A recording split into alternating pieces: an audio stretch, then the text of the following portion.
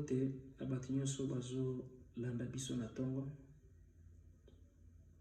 Mbote na batinyo so bazo landa biso na poko.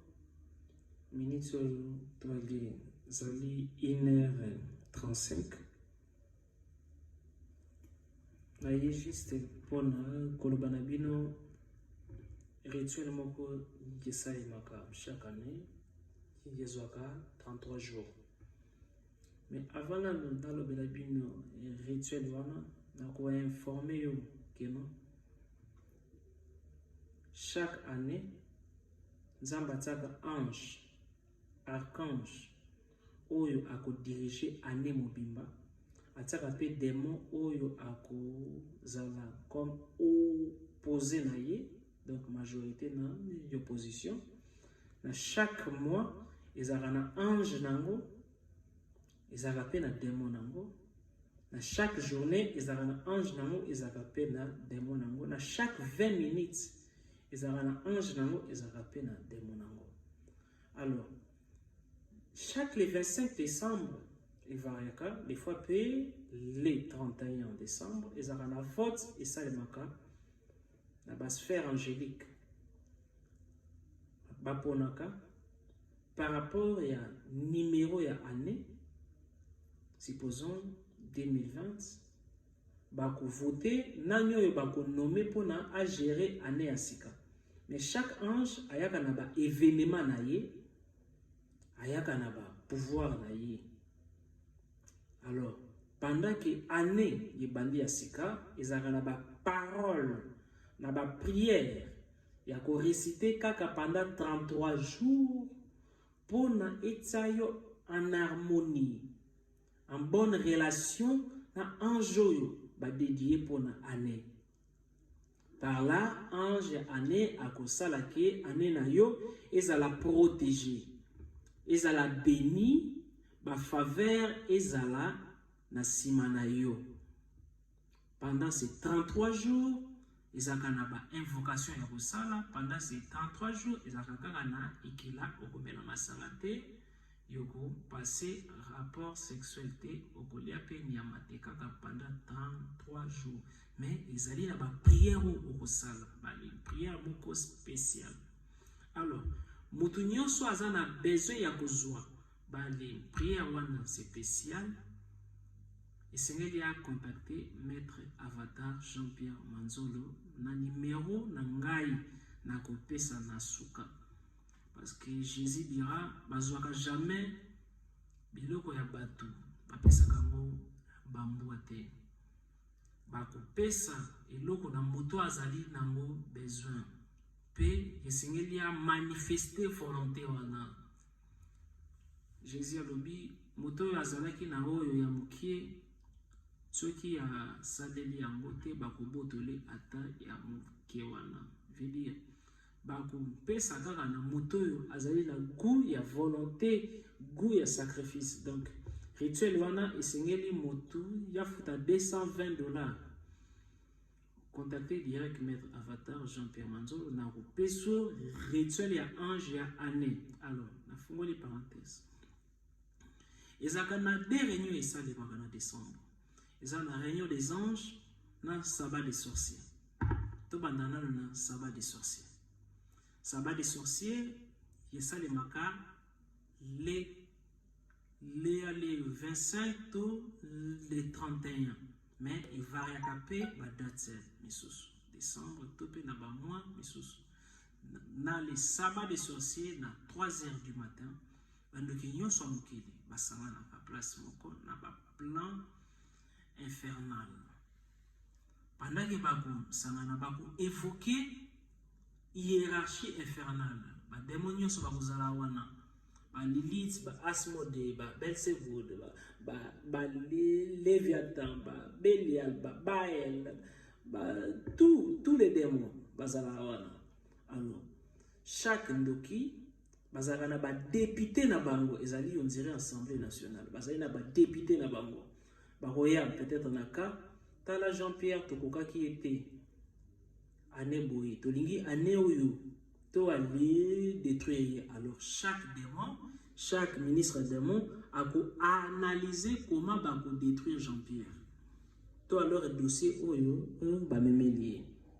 Alors na sabbat des sorciers bazwaka ba décision ya makasi pona bana nzambe pona anena yo ya sikoyo ndio kobanda za la fauché bandoki nyonso quartier ya famille ya pays ya village oyo balukaki yo bazwaki yo te ba doléance na bango ekotaka na kati ya sabbat des sorciers tango oyo bakosilisa bakovote en nani oyo démon ya année tango oyo bakobimisa démon ya année bakozwa dossier na yo bapesi yango démon ya année wana démon ya année ako kabolango na ba démon ya ba mois ba démon ya ba mois bako kabolango na ba démon ya ba jour ba démon ya ba jour bako kabolango na ba démon ya ba heure ba démon ya ba heure bako kabolango na démon ya ba minutes simanango oko vivre ba carnage oko vivre ba les problèmes yoko vivre ba combat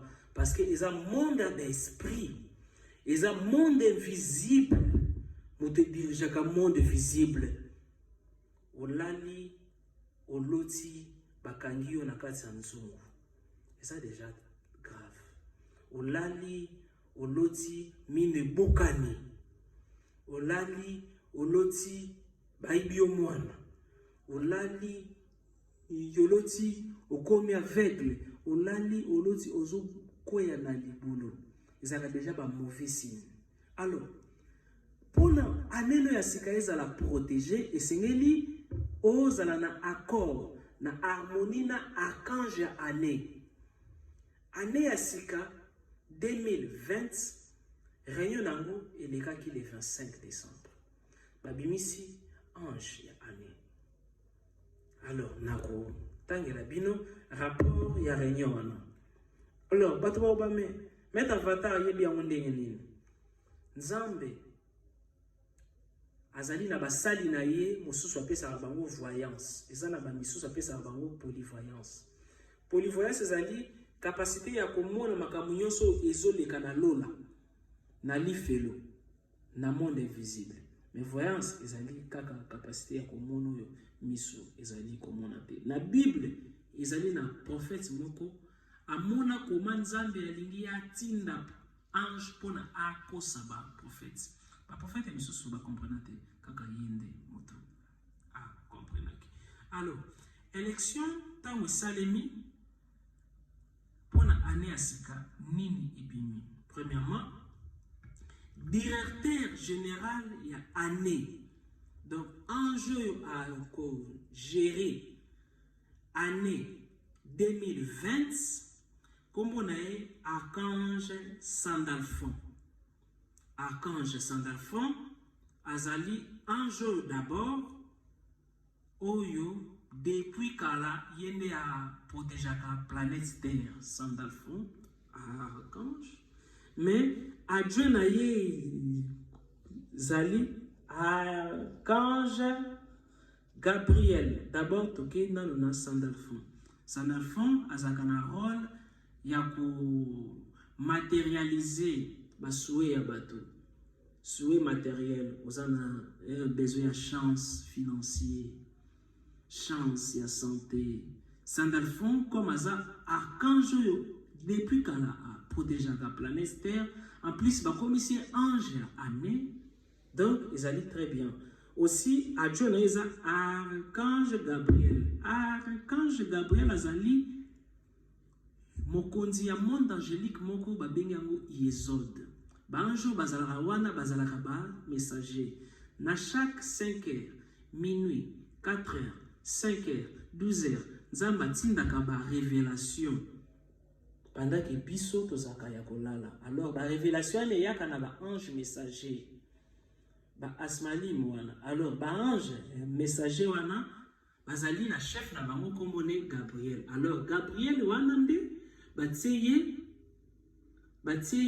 adjoint ya Sandalphon pona ko gérer année 2020. Mais esuki wana te batsepe ange moko ya uti na planète moko komo nango Kakongo, planète Kakongo. kombo ya ange wana zali Mwanda Congo.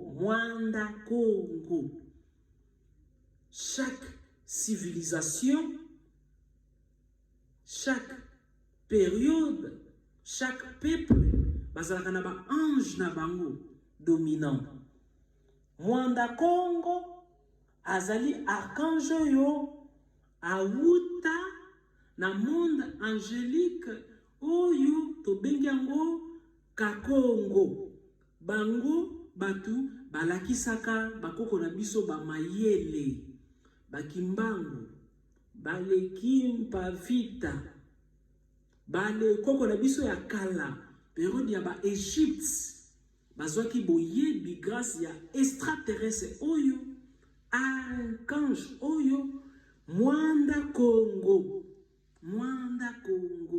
Alors Mwanda Congo oyo yazali chef ya étoile Kale Congo yende ya kozala comme exécuteur des sentences. Et la kisi yende mutu a kopinir batoyo bakokota na conflit na bana nzambe ba oyo bakozala na harmonie na ba ange ya ane soki ki oale simbi mutoyo asala ki prière à 33 jours oyo osale mabendenga molibili Mwanda Congo régent ya étoile ka Congo aza ange moko puissant ebele balobaka bongo biso ba ange ya ba kombo na biso bazarate bazali connaissance ezali na ba secret belé makambo nzambe eleki bondoki na ngo nyonso. Mwanda Congo mutu akozala comme exécuteur de sentence. Soki balingi ba kitisa grâce Mwanda Congo mutu akosigné. Soki balingi ba li pesa punition Mwanda Congo. Mais comme Mwanda Congo mutu akozala exécuteur ya sentence année 2020 c'est kozala année moko terrible. Ezali na bakonzi ebele bakokoya. Ezali na bato ebele bazaki likolo kita na se. Ezali na bato ebele bawumelaki na pouvoir bakosede ba pouvoir. Ezali na ba misusu bakozala renverser. Ezali na ba riche ebele bakokoma ba les pauvres brutalement. Ezali na ba pauvres ebele bakokoma ba riche brutalement. Ezali na ba accident ebele ekosalema. Ezali aussi na ba événement surnaturel ekosalema na likolo. Présence ya ba ovni, ya ba extraterrestre, ya ba vaisseau. Ba mai ekotomboka, ba ouragan ekotomboka, ba mi pepe. Na leur présence ya colère ya ba volcan, ba les tremblements de la terre. Yekozala remarqué na année oyo 2020 parce que batoyo batie na pouvoir, ba anjo batie na pouvoir. Bazaba anjo balingaka masekite neti archange Mwanda Congo. Après yango ba nommé lisusu nani génératrice, déesse génératrice ya ba destinée, c'est-à-dire ceux qui destin ya mutu baby yende mutu ya kubongisa ba destin. Batie déesse Gaïa. Gaïa azali maman na biso azalaka na mabele. Azali notre mère spirituelle azalaka na mabele. Alors ba misusu babengake Maria, misusu babengake Isis.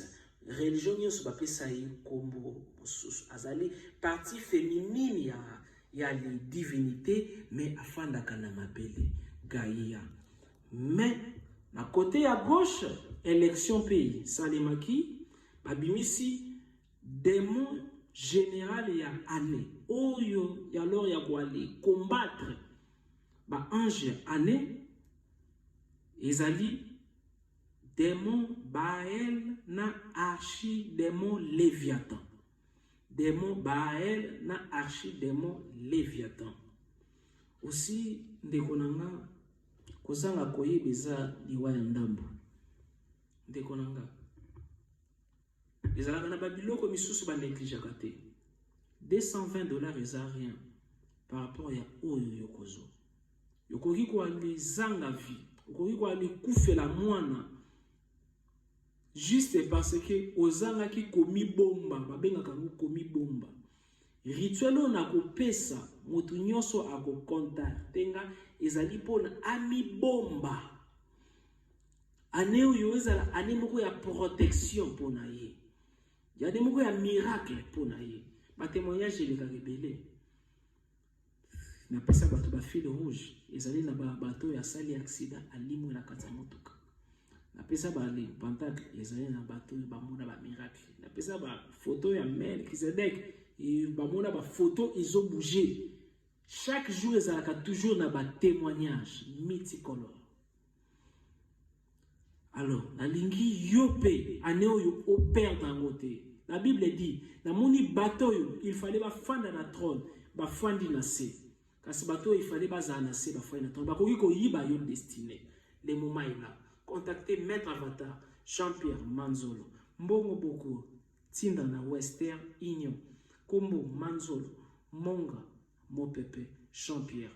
Numéro ya téléphone 00 243 81 611 867 81 611 867. D'abord, ba forcer yote. Soko moni rituel yo e ali taliote tika ko forcete. Mais yebaka conséquence et corrigeaka mieux que conseil. Mabe moko te yelaka motu sanki nzambe ya révélé. Nzamba tinzi ngai kaka eyo pana yo motu yo zolandanga.